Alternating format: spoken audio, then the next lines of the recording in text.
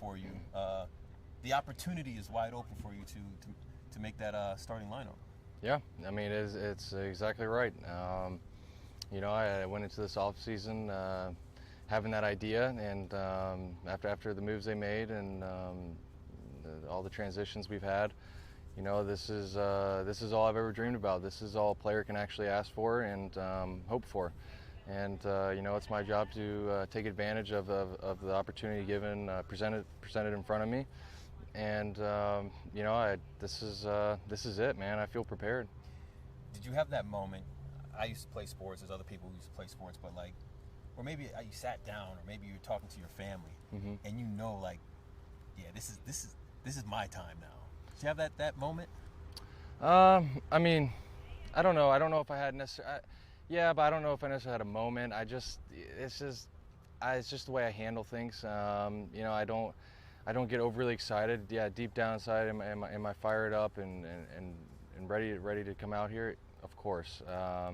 But at the same time, I don't ever get, even if I hit a home run, I don't get overly excited. I'm very even keeled. I'm very low key with things and how I handle my business. It's just the way I've been. And no matter the situation, I've been the guy. Just growing up, whenever you try to make a team, there was years I didn't make the best team. There was years I did make the best team, and I had to prove myself to get a starting job on that team. And it's at the end of the day, yeah, there's a lot more on the line here. This is my life. This is my dream. There's a lot of money on the line. There's just a lot of things on the line. It's a little bit different, but it's the same core fundamental at the end of the day. Now, speaking of money, your brother is your agent. Mm-hmm. How was that experience?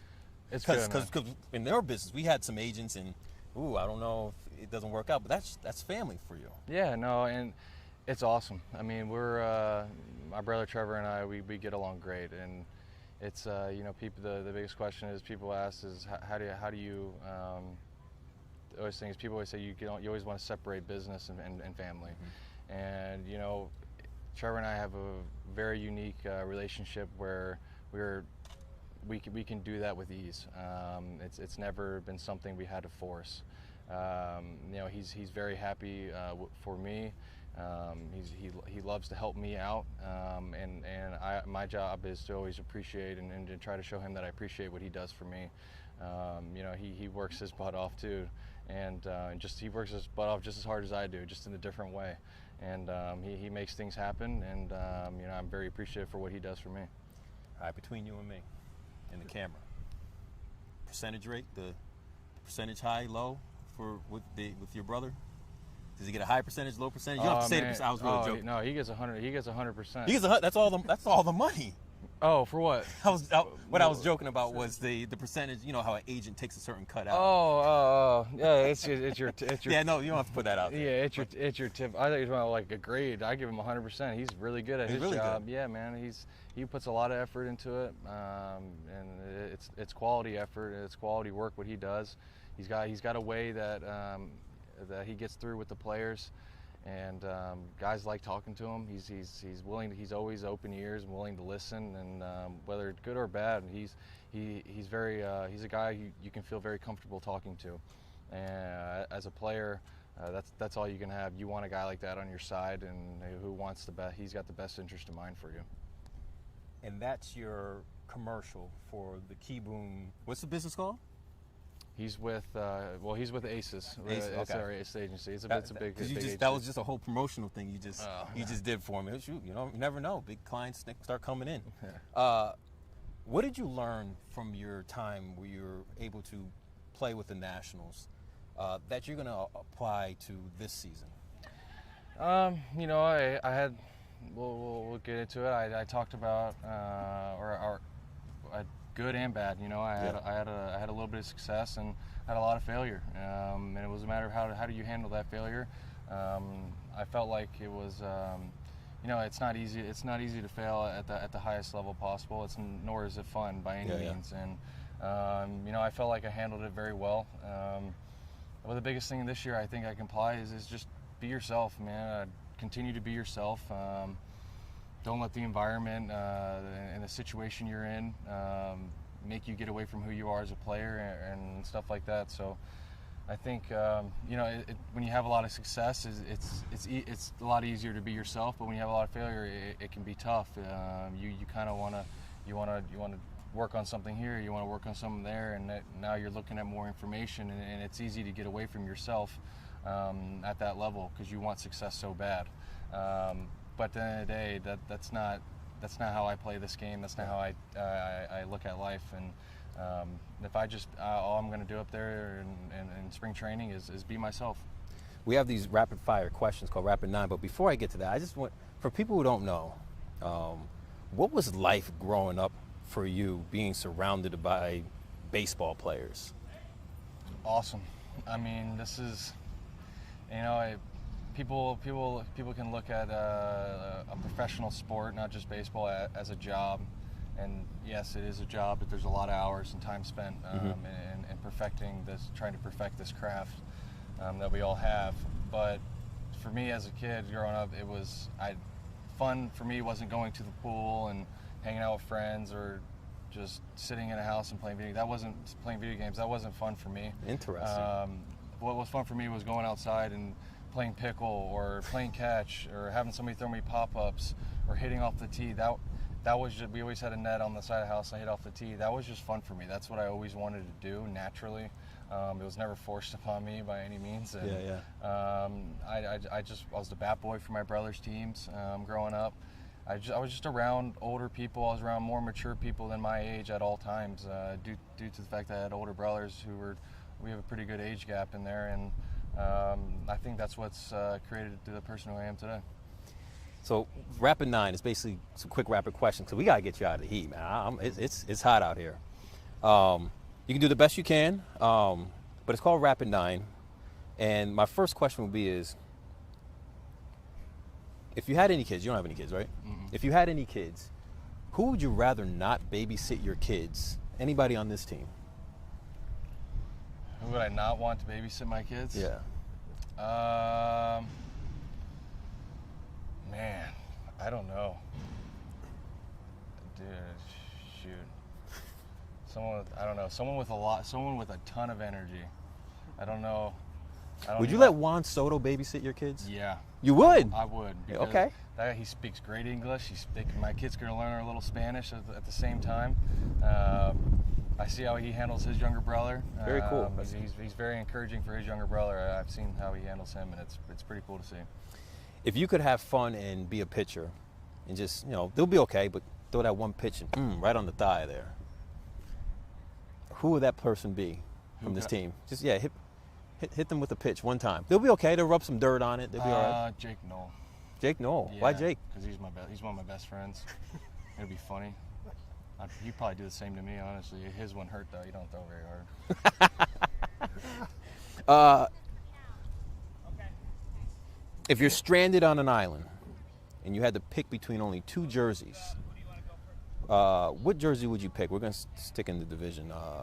Would you wear a Phillies jersey or would you wear a Mets jersey? I mean, in all honesty, I think both. I'm not a fan of the jerseys. Mets, so we got Phillies who are just red and white, a little bit of blue. We got Mets who are blue and orange. It's like you're looking for style. That's not a very fair question to ask. I'm on the Washington Nationals, and they're kind of our rivals. I don't want to put on that uniform. But you're stranded on an island. And I'm stranded, man.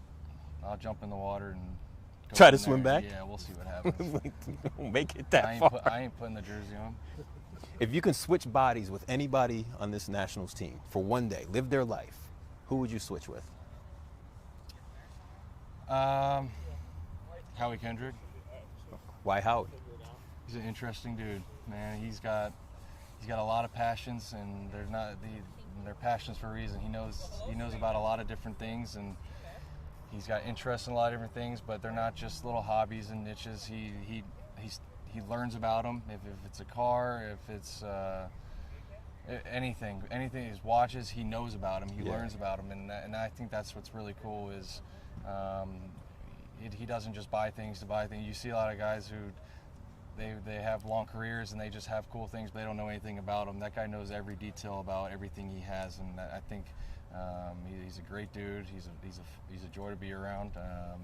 He's got a lot of things going for him that I've seen his kids. His kids are awesome. Yeah. He's one of a kind. Interesting. If you could be any animal, what animal would you be? I could be any animal. Thinking like a bald eagle.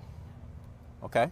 That's the first, I think, for us, for a bald eagle. Yeah. Usually people go with the lion or tiger. Okay, bald eagle. Why the bald eagle? You can cover so much ground. You're the man. You're the king of the land over there. So it's you see everything.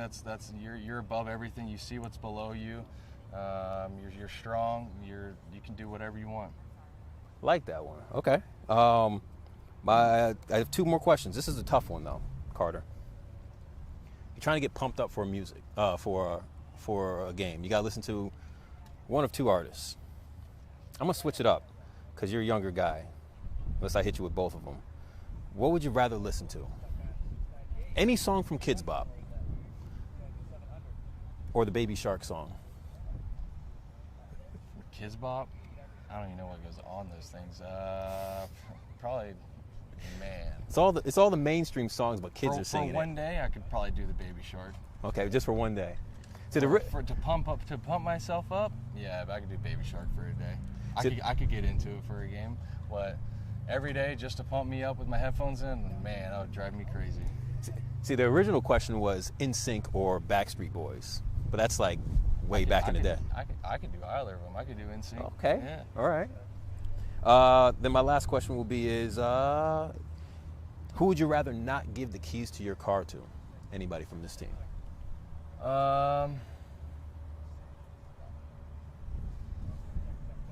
Probably Eaton. You know, wait. No, I know he's right next to me. Yeah.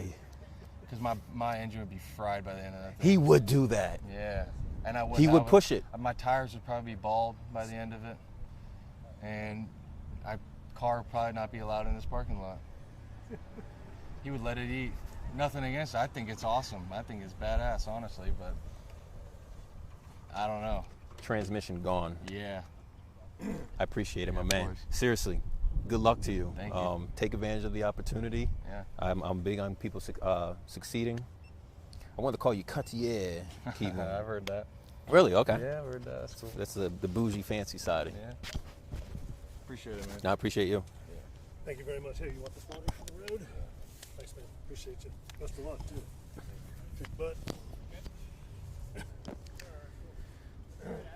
Welcome back. Good to see you, my friend. How was the off-season? Hey, I'll take Adam next. Let me see if I can get him next.